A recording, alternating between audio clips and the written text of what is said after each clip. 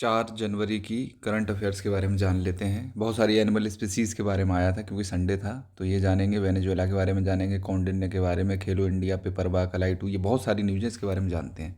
आइए स्टार्ट करते हैं। तो पहली न्यूज़ है, निकोलस मादुरो को कैप्चर कर लिया गया है। ये मैंने आपको बताया था। ये वीडियो मैंने अपने चैनल पे डाली थी, शॉर्ट वीडियो, आप उसको जाके देख सकते हैं। और वही है। ऑलराइट, नेक्स्ट देख लेते हैं। ये तो चलता रहेगा न्यूज़ में, इसको नहीं देखते ज़्यादा। इसका मैं अभी बाद में भी कवर करूँगा थोड़ा सा नेक्स्ट वीडियो में, और वो मैं प्रिपरेशन कर रहा हूँ। ऑलराइट, ये है सेकंड न्यूज़ है। खेलो इंडिया बीच गेम्स ऑर्गेनाइज हो रहे हैं। ये होंगे दीव में। Okay, Dadar Nagar Haveli and Daman and Diu, इन दोनों को जोड़ के एक यूटी बना दिया गया था 2-3 साल पहले। तो Dadar Nagar Haveli and Daman and Diu में खेलो इंडिया बीच गेम्स। ऑलराइट, बीच पे होंगे तो जाहिर सी बात है समुद्र के किनारे वाला कोई स्टेट होना चाहिए या यूटी होनी चाहिए। तो यहाँ पे जो ऑर्गेनाइज़ किए जाएंगे, अगर इसको देखा जाए तो इनको इनिशिएट किया गया था 2024 में कि ऐसे ऑर्गेनाइज करवाए जाएंगे। लेकिन जो पहले गेम्स हुए थे वो 2025 में हुए थे। राइट, तो आई होप ये आपको पता चल जाएगा। इसकी बस वेन्यू याद रखना। और लोकेशन के लिए ये घोघला बीच दीव में पड़ता है। ये घोघला बीच का नाम आप याद कर सकते हैं। घोघला बीच कहाँ पड़ता है? दीव में पड़ता है। खेलो इंडिया बीच गेम्स यहाँ पे ऑर्गेनाइज किए जा रहे हैं। नेक्स्ट न्यूज़ देख लेते हैं। आईएनएस कौंडिन्य, इसके बारे में मैंने बताया था, शॉर्ट वीडियो भी 2-3 अपलोड की हुई हैं, आप जाके देख सकते हैं। ये गुप्ता पीरियड की टेक्नोलॉजी पर बनी हुई शिप है कौंडिन्य। इसमें कोई भी मेटल का यूज नहीं किया गया। स्टिच मतलब सिलाई करके इस शिप को बनाया गया है। और ये जा रही है इंडिया में गुजरात से लेके ओमान तक, एंशियंट ट्रेड को रिप्रेजेंट करने के लिए। तो उसके बारे में न्यूज़ में रहेगा, ये पूछा जा सकता है। INS Kaundinya, I am telling you this will be asked in any exams. और ये पिपरवा के बारे में मैंने कल परसों बताया था कि एक बुद्धिस्ट सम्मेलन टाइप का ऑर्गेनाइज किया गया न्यू दिल्ली में। तो उसके बारे में पिपरवा बहुत ज़्यादा न्यूज़ में था, एग्जीबिशन लगाई गई थी। तो पिपरवा के बारे में मैं थोड़ा सा आपको बता देता हूँ। पिपरवा एक गांव है, विलेज है, सिद्धार्थनगर डिस्ट्रिक्ट ऑफ यूपी में ये पड़ता है। ऑलराइट, यहाँ पे 1898 में बुद्धा के रेलिक्स मिले थे एक स्तूपा से। रेलिक्स का क्या मतलब होता है? रेलिक्स होता है कलेक्शन ऑफ सेक्रेड आर्टिफैक्ट्स। कुछ आर्टिफैक्ट्स मिलेंगे, कुछ चीज़ें, सामान मिल जाए, कुछ हड्डियाँ वगैरह मिलती हैं, वो पिपरवा के यहाँ के स्तूपा से मिली थी। पिपरवा ये एक साइट, ऐसी साइट है जो माना जाता है कि एंशियंट कपिलवस्तु को दर्शाती है। मतलब कपिलवस्तु ही पिपरवा हुआ करता था। और ये होमलैंड था बुद्धा का। यहाँ पे एक इंस्क्रिप्शन मिला हुआ है ब्राह्मी स्क्रिप्ट में। जब ऐसा माना जाता है कि जब बुद्धा मरे थे तो उनको क्रीमेट कर दिया गया था, जलाया गया था, तो उनकी जो अस्थियां वगैरह थीं, उनके रिमेन्स को 8 पार्ट्स में डिवाइड कर दिया गया और 8 किंगडम्स में इनको भेज दिया गया था। तो एक जो पोर्शन था वो शाक्या क्लान के किंगडम के लिए आया था। तो इन शाक्या क्लान के किंगडम वालों ने इनका एक स्तूपा बना के उसके अंदर एक गाड़ दिया था। ठीक है ना? और जो डेथ होती है उसको हम महापरिनिर्वाण बोलते हैं बुद्धिज़्म में। महापरिनिर्वाण हो गया मतलब डेथ हो गई है, और उसको सिंबलाइज करते हैं स्तूपा से। इतना आपको समझ में आ गया होगा। प्लस आप देख सकते हैं ये कुछ आर्टिफैक्ट्स मिले हुए हैं, मोदी जी इनको देख रहे हैं। प्लस बोन्स मिली थी। मैंने आपको बताया कि ये स्तूपा धातु स्तूपा होते हैं, शरीर स्तूपा भी हो सकते हैं। शरीर स्तूपा वो होते हैं जहाँ पे शरीर के कुछ अंगों को गाड़ा जाता है, हड्डियों की, जैसे उंगलियाँ हो गई, वो सब हो गया, तो उनको शरीर स्तूपा बोल देते हैं। धातु स्तूपा में शरीर स्तूपा भी आ जाते हैं, उसमें अलग ऑब्जेक्ट्स को गाड़ा जाता है। जैसे बुद्धा का कोई मटका रहा होगा, लोटा रहा होगा, या चलते होंगे, चप्पलें होंगी, तो उनको हम धातु स्तूपा बोल देते हैं। ओके, तो जैसे यहाँ पे जो हड्डियाँ मिली हैं, अब ऐसा माना जा रहा है कि यहाँ पे महापरिनिर्वाण हुआ था तो एक पोर्शन शाक्य क्लान के लिए आया था, वो पिपरवा में ही गाड़ा गया। तो हो सकता है कि जो हड्डियाँ हैं, जो बोन्स हैं, वो बुद्धा की ही हों। तो क्या ये सही है कि उनको हम म्यूजियम में लगा के रखें?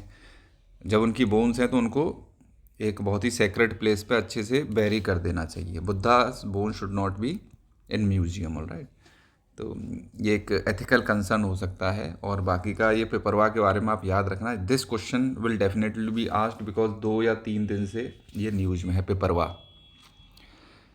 नेक्स्ट, सरकार एक स्कीम लेके आई है ईवीज़ को प्रमोट करने के लिए, तो जितनी भी पुरानी गाड़ियाँ ऑटो वगैरह है लोगों के पास, तो वो जाके एक्सचेंज प्रोग्राम के थ्रू पैसे ले सकते हैं। पहले 10 रेट्रोफिटेड ओल्ड व्हीकल्स अगर जाएंगे तो उनको 50,000 रुपये दिए जाएंगे उनके व्हीकल के बदले में, पुराने व्हीकल्स के बदले में। और 25,000 पर ई रिक्शा और 50,000 पर ई कार्ट। तो ये बेसिकली ईवीज इलेक्ट्रिकल व्हीकल्स को प्रमोट करने के लिए किया जा रहा है।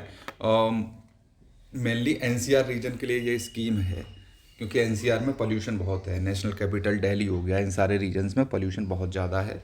तो उसके लिए ईवी स्कीम्स लेके आई है government, to fight Delhi government लेके आई है। नेक्स्ट देख लेते हैं, ये कलाई 2 प्रोजेक्ट है अरुणाचल प्रदेश का।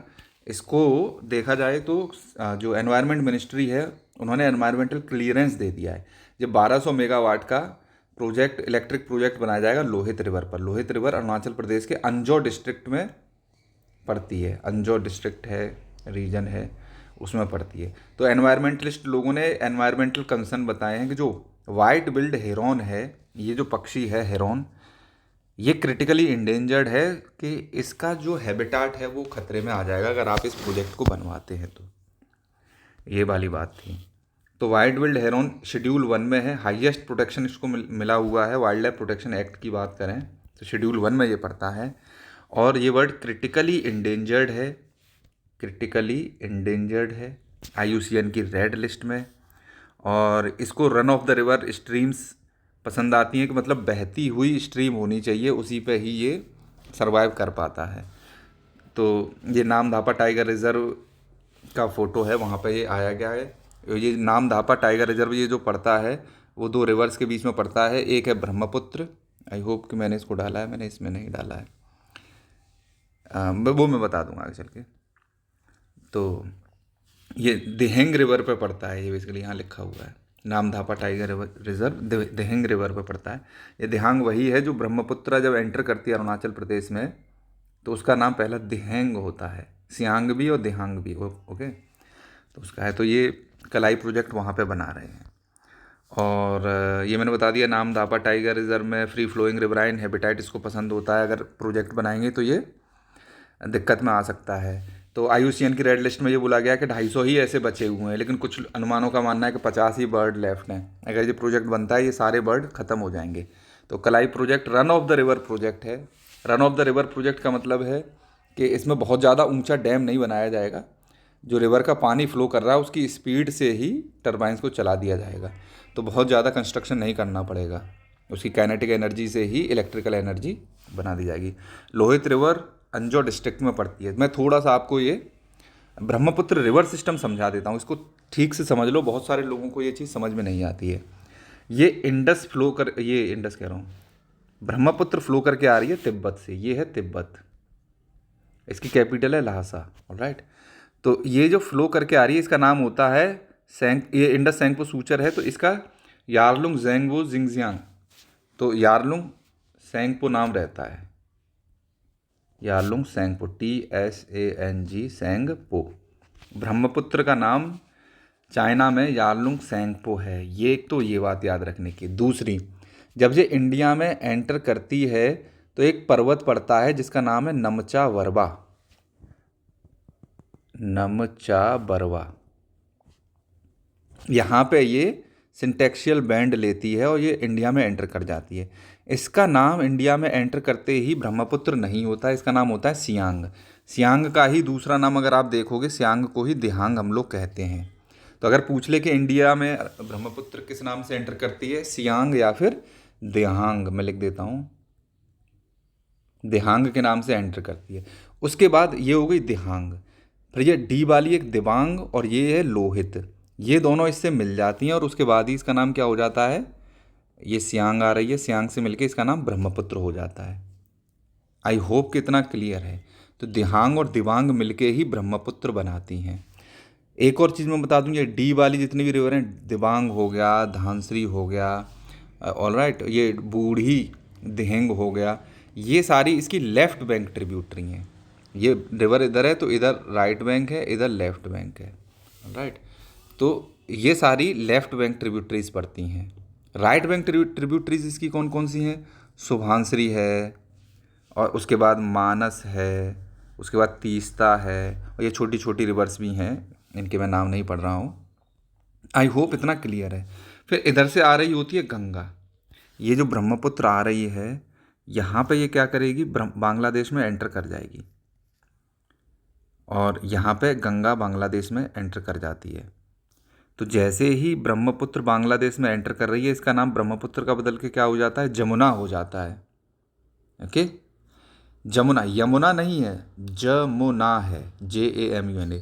फिर ये गंगा से मिलती है, गंगा से जैसे ही जमुना मिलती है, Jamuna in the sense Brahmaputra, जो ब्रह्मपुत्र है उसी का नाम जमुना हो जाता है। मैं इसका तीर बना देता हूँ जिससे कि आप देख पाएँ, यही है।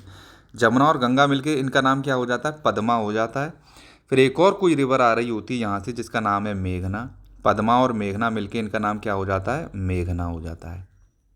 तो फाइनल जो रिवर बनती है वो मेघना बनती है, बांग्लादेश में इसका नाम है।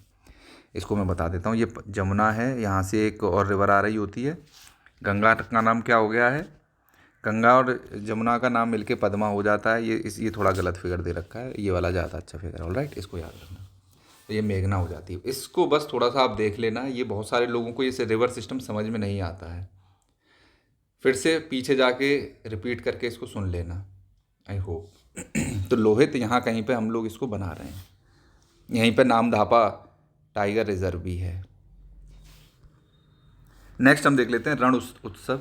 रण उत्सव मतलब ये टूरिज्म के लिए रन ऑफ कक्ष में पड़ता है। अगर ऐसे देखा जाए तो यहाँ पे है रन ऑफ कक्ष।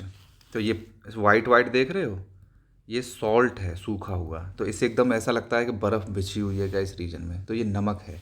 तो कहीं भी घूमने फिरने अगर आप जाना चाहते हैं तो रण ऑफ कक्ष में जा सकते हैं। तो रण उत्सव कहाँ पे मनाया जाएगा भाई, रण ऑफ कक्ष में ही मनाया जाएगा।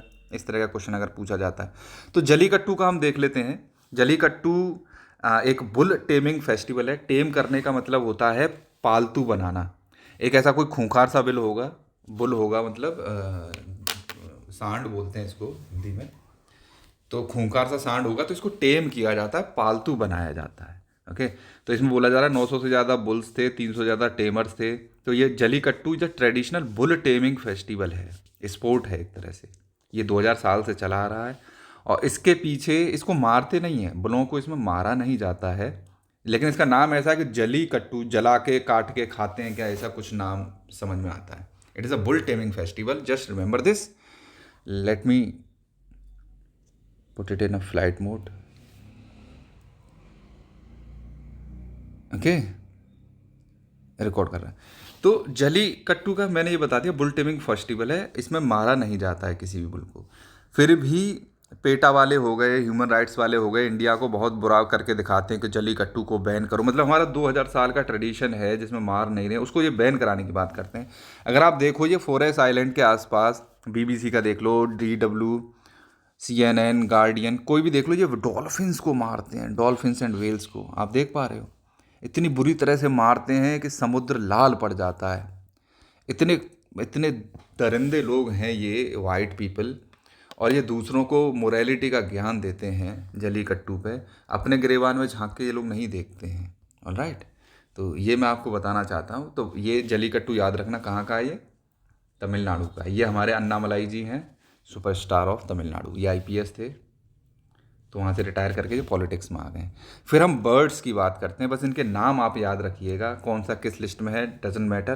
तो चूँकि माइग्रेटरी सीजन चल रहा है, ठंड पड़ रही है साइबेरिया में, तो वहाँ से इंडिया में बहुत सारी माइग्रेटरी बर्ड्स आ रही हैं। बस नाम याद रखना कि नाम से आप पहचान पाओ कि ये जो स्पीसीज़ दे रखी हैं किस चीज़ की हैं। ये है सिट्रिन वैगटेल। वैगटेल मतलब इसकी पूँछ है और ये हिलाती है पूँछ को। ऑलराइट, दूसरा है ब्लैक नेक्ड स्टॉर्क।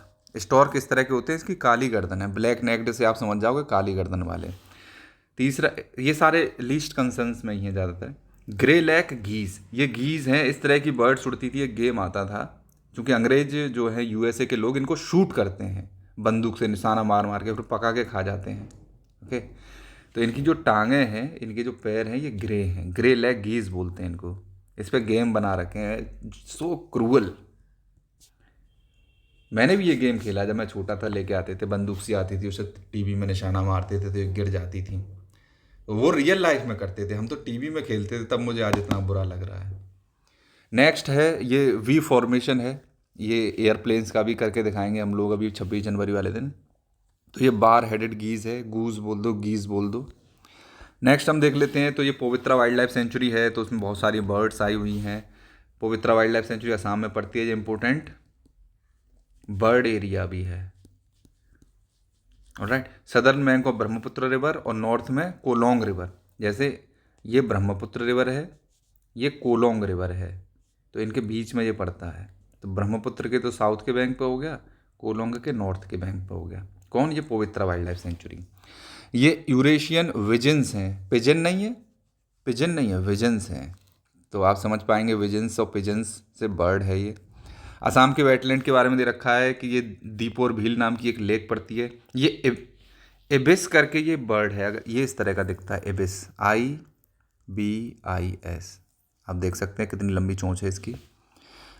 ये दीपोर भील लेक है, ये पुराना कहीं पे ब्रह्मपुत्र फ्लो करती होती थी, ऐसे कर रही होगी तो उसका कोई एक चैनल सूख गया है, कट हो गया है, तो उसी से ये बनी हुई है। दीपोर भील लेक गुवाहाटी के पास है, असम में पड़ती है, ध्यान रखना। It is an important Ramsar site, Ramsar site है ये मैं बता दूंगा वेटलैंड कंजर्वेशन के लिए 1970s में इसको साइन किया गया था। और ये रामसर साइट ईरान की एक सिटी पर पड़ा हुआ है। और ये है हेरॉन। हेरॉन इस तरह के पक्षी होते हैं, ये उड़ के जा रहा है, ये पैर है, ये चोंच है, मछली लगी हुई है, पर्पल हेरॉन। तो हेरॉन का भी याद रखना। प्लस ये डक्स हैं, पिन टेल डक्स, इनकी पूंछ पिन जैसी होती है, देख रहे हो, ये पिन जैसी, तो पिन टेल डक्स। तो ये नाम है, आई होप आप इसको याद रख पाएंगे। नेक्स्ट हम देख लेते हैं लीफ कटर बीज। तो ये है, देखो लीफ को काट के खा रही है, तो इस तरह की बीज हैं। कुछ बीज होती है हनी बीज, तो इसके बारे में थोड़ा लीफ कटर के बारे में जान लेते हैं। ये सॉलिटरी अकेले रहने वाली बीज होती हैं, नॉन अग्रेसिव, किसी को काटती नहीं है, पॉलिनेट करती हैं पेड़ों को। ये कॉलोनीज़ में नहीं रहती हैं, do not live in colonies like Honey बीज। जैसे हनी बीज होती हैं छत्ता बना लेती हैं और कॉलोनीज़ में रहती हैं, वैसे ये नहीं रहती हैं, अकेला ही अपना छत्ता बना लेगी। एक फीमेल होगी, वो छत्ता बना लेगी, बच्चों को देगी। तो ईच फीमेल जो होती है वो क्वीन होती है, सारी फीमेल है वो सारी क्वीन होती हैं इनकी लीफ कटर बीज की। और उनका एक छोटा सा खुद का नेस्ट घोंसला होता है, वो रेस्पॉन्सिबल होती हैं अडल्टिंग टास्क के लिए। थोड़ा सा इसको जान लेते हैं, अडल्टिंग टास्क क्या होता है। इसमें ये होता है कि जैसे ही जो स्टारवेशन होने लगता है, एक क्वीन है, इसने बहुत सारे बच्चे दे दिए, अंडे दे दिए, ऑलराइट, तो ये बड़े हो जाएंगे, बड़े होंगे तो भूख लगेगी इनको, तो ये बेचारी जाती है, खाना ला ला के खिला रही होती है, खिला रही होती है, खिला रही होती है, बट एक समय ऐसा आता है कि खिला नहीं पाती सबको, तो इनको जैसे ही भूख लगती है तो इनका अडल्टहुड स्टार्ट हो जाता है, मतलब ये बड़े हो जाते हैं, अडल्ट हो जाते हैं। भूख लगने से इसमें ये लिखा हुआ है कि इसमें कुछ हार्मोन्स रिलीज होते हैं, वो इनको बड़ा कर देते हैं, मैच्योर कर देते हैं, इंसुलिन सेंसिंग दिस एंड, ये हमको जानने की ज़रूरत नहीं, बस इतना पता होना चाहिए कि ऐसा कुछ होता है इनमें। तो अडल्ट हुड को ये लोग पा लेती हैं। आई होप कितना क्लियर है, बीज के बारे में क्वेश्चन आता रहता है, तो ये आपको पता हो जाना चाहिए। नेक्स्ट हम देख लेते हैं इसके बारे में। ये मालावी एक कंट्री है, उसमें 950 साल पुराना क्रीमेशन के वो मिले हैं एविडेंसेस के, आदमी को जला के दफनाने की प्रक्रिया ऐसा बोला गया कि यहाँ से शुरू ही हो। ऐसा नहीं है, इंडिया से शुरू हुई होगी, हम बता सकते हैं इसको, बट चूंकि साइंटिस्ट और हिस्टोरियंस को जो भी चीज़ें मिलती जाती हैं उसके हिसाब से वो डॉक्यूमेंट करते जाते हैं। हो सकता है कुछ और पुराना इंडिया में मिल जाए तो वहाँ पे ये लोग डॉक्यूमेंट कर दें। तो मालावी के बारे में हम लोग थोड़ा सा जान लेते हैं, ये याद रखना, ओल्डेस्ट मिला है। तो मालावी ये कंट्री है, तंजानिया, ये मालावी, ऑलराइट, अफ्रीका में, ये अफ्रीका है, तो यहाँ पे ये पड़ती है। मालावी को अगर देखें, ये रही मालावी, इसके बगल में एक मालावी लेक पड़ती है। इसके कई सारे नाम हैं, लेक मालावी इसका एक नाम है, लेक न्यासा के भी नाम से इसको जानते हैं, इसको एक कैलेंडर लेक के भी नाम से जानते हैं। कैलेंडर लेक इसलिए जानते हैं कि इसकी लेंथ कितनी है, 365 किलोमीटर, ऑलराइट। एक साल में कितने दिन होते हैं, 365 दिन होते हैं, तो इसीलिए इसका नाम क्या रखा हुआ है हमने, कैलेंडर लेक रखा हुआ है। और नया साल मना लेते हैं तो न्यासा टाइप से आप याद कर सकते हैं, लेक न्यासा भी और लेक माला भी इसी का नाम है। दो कंट्रियों के बीच में पड़ रही है ये, आप देख सकते हैं।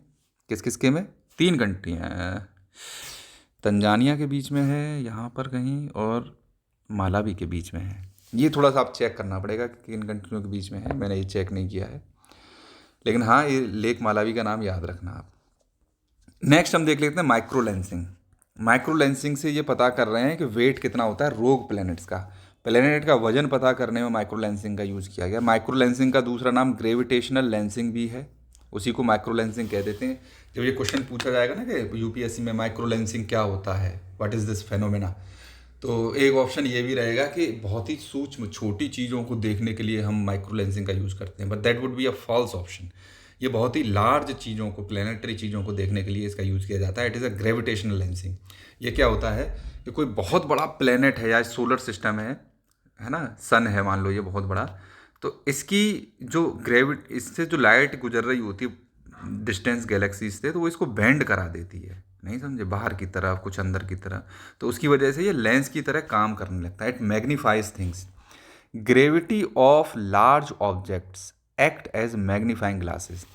तो क्या होगा, जैसे एक कोई बहुत बड़ा प्लेनेट है, यहाँ पे कोई एक रोग प्लेनेट है। मैं बताऊंगा, रोग प्लेनेट वो होते हैं जो किसी सोलर सिस्टम का पार्ट नहीं होते। जैसे हमारा सन है, हमारे आसपास जितने भी प्लैनेट्स हैं वो रोग प्लैनेट्स नहीं है, वो अपने ही एक सन का ऑर्बिट करते रहते हैं। रोग प्लैनेट्स ऐसे हैं जो चक्कर मार रहे दुनिया में, कहीं भी इधर जा रहा है कोई उधर जा रहा है, रोग लोगों की तरह रोग प्लैनेट्स होते हैं। तो वो क्या करता है, ये रोग प्लैनेट क्या करेगा, इसके सामने ये स्टार है, इससे लाइट निकल रही है ढेर सारी तो ये इसके सामने आ जाएगा, मान लो यहाँ से निकल के जा रहा है ऐसे करके, इसके सामने आएगा, तो इसकी लाइट से ये इसको डिस्टॉर्ट कर देगा, मैग्नीफाई कर देगा थोड़ा सा। तो साइंटिस्ट को वो दिख जाएगा, तो इसमें कितना मैग्नीफाई किया है उस लाइट को या कितना कम किया है, उसके बेसिस पे इसके मास का ये लोग पता कर लेते हैं कि कितना वेट है इसके अंदर। तो यही शब्द, यही है ये आर्टिकल। तो माइक्रो लेंसिंग याद रखना, it is not to magnify the small objects, rather than it is to see the large objects in spaces, and it is also known as gravitational lensing, and it is being used to know the weight of planets in outer space. I hope इतना समझ में आ गया। Stray dogs के बारे में बता देता हूँ। कुत्ते आजकल बहुत काट रहे हैं, और मैं जब दौड़ने गया अभी तो मुझे भी काट लिया, तो मैंने इंजेक्शन लगवाए हैं, मेरे अभी लग चुके हैं 4 इंजेक्शन पूरे। तो ये व्यक्ति हैं, कोई लोग अभियान चला रहे हैं कि हमको स्ट्रे डॉग्स को, मैंने इसको ख़त्म करना है। स्ट्रीट डॉग, या तो स्ट्रीट डॉग्स को रिमूव करो या फिर मतलब उनको वो करो, इंजेक्शन लगवाओ उनको, वो करो। तो आप इस पर इसको स्कैन करके अपनी सपोर्ट दे सकते हैं इस आदमी को। ये तो रही छोटी सी बात। जब मैं इंजेक्शन लगवाने जाता था तो एक सरकारी डिस्ट्रिक्ट हॉस्पिटल में इतनी भीड़ इंजेक्शन लगवाने वालों की, इतने लोगों को कुत्ता काट रहा है। It has become an epidemic all over India. समझ रहे हैं आप, सर्दियों के टाइम पे इतना कुत्ते इतने लोगों को काट रहे हैं कि पूछो मत। Plus what wrong with the rabies vaccine batch. एक रेबीज की जो वैक्सीन लगती है उसका एक बैच फर्जी आ गया है मार्केट में। फर्जी मतलब आपको और हमको कुत्ता काट ले और हम जाएं इंजेक्शन लगवाने, तो हमको वो फर्जी इंजेक्शन लग जाए, समझ रहे हो, तो हमें तो वो फ़ायदा ही नहीं करेगा कुछ भी, और हम रेबीज से मर जाएंगे। तो फर्जी बैच आ गया था, और उसकी वजह से बड़ी दिक्कत हो रही थी। तो ये नहीं है कि रेबीज की वैक्सीन फ्री में लगती है तो हमें कुत्ता काट जाए तो कोई दिक्कत नहीं है, नहीं, हो सकता है फर्जी वैक्सीन लग जाए और आप वैसे ही मारे जाएं। तो बहुत सावधानी से रहने की ज़रूरत है डॉग्स के आसपास, बच्चों को। और इसको, जिस डॉग ने मुझे काटा था ना, 5-6 लोगों को वो काट चुकी थी, और किसी ने वहाँ पे चिपकाया नहीं कि भाई कि ये कुतिया यहाँ पे बच्चे दिए हुए हैं और वो उसको बचा लो, मतलब इस यहाँ पे न जाएं बच्चे। मैंने उस पर लिख के चिपकाया था। बड़ा गलत काम है ये, तो आप इससे थोड़ा सा बच के रहें। फर्जी बैचेस वैक्सीन्स के आ जा रहे हैं भाई, जितने लोगों को लगी होगी वो तो रेबीज से मरने का खतरा होगा उनको। एपिडेमिक इसको मतलब बहुत ही एक बड़ी डिजीज़ घोषित कर दिया। अभी ये तो 4 तारीख का न्यूज़ है, 5 का भी मैं कवर कर रहा हूँ, उसमें बहुत बड़ा इसको डिजीज़ घोषित कर दिया गया है। नेक्स्ट, हम इंडिया में रहने वाले गद्दारों के लिए है ये न्यूज़। जिनको लगता है कि इंडिया में फ्री स्पीच नहीं है, वो चले जाएँ ईरान। ईरान ने प्रोटेस्टर को मार दिया। ये बेचारा प्रोटेस्ट भी नहीं करने दे रहे हैं ईरान में, लोगों को मारे डाल रहे हैं, है ना। जितने भी मुस्लिम लोग हैं इंडिया में रहते हैं कि हमारे राइट्स नहीं मिल रहे हैं और ये हिंदू हमको जीने नहीं दे रहे हैं, आरएसएस दिस एंड दैट करते रहते हैं। भाई ईरान में तो कोई आरएसएस नहीं है, यहाँ पे क्यों अपने ही लोगों को मारा जा रहा है, कितना ऑपरेशन क्यों हो रहा है। मान लो यहाँ पे बुर्का नहीं पहनने दे रहे हैं, तो यहाँ पे मान लो बुर्का पहनती हैं लड़कियाँ कि हमें प्रोटेक्शन के लिए है, काफिरों से प्रोटेक्शन करना है, तो आप ईरान में चले जाओ। ईरान में तो कोई आरएसएस हिंदू नहीं, कोई काफिर नहीं, फिर भी वहाँ पे इतना बुर्का पहनाया जाता है और अफगानिस्तान में फैलाया जाता है। It's just hypocrisy. मैं यही बताना चाहता हूँ कि जिनको बहाना चाहिए वो तो कुछ भी बहाना ले आते हैं। तीसरा हम बता दें, 3 दिन जो मैंने बताया था, हिंदू एक बिजनेसमैन को आग लगा दी, बहुत मारा पीटा, उसको आग लगा दी, बेचारा हॉस्पिटल में था, अब वो मर गया है।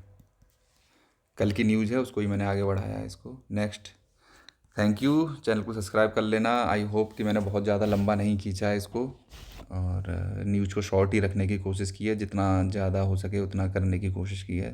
Thank you.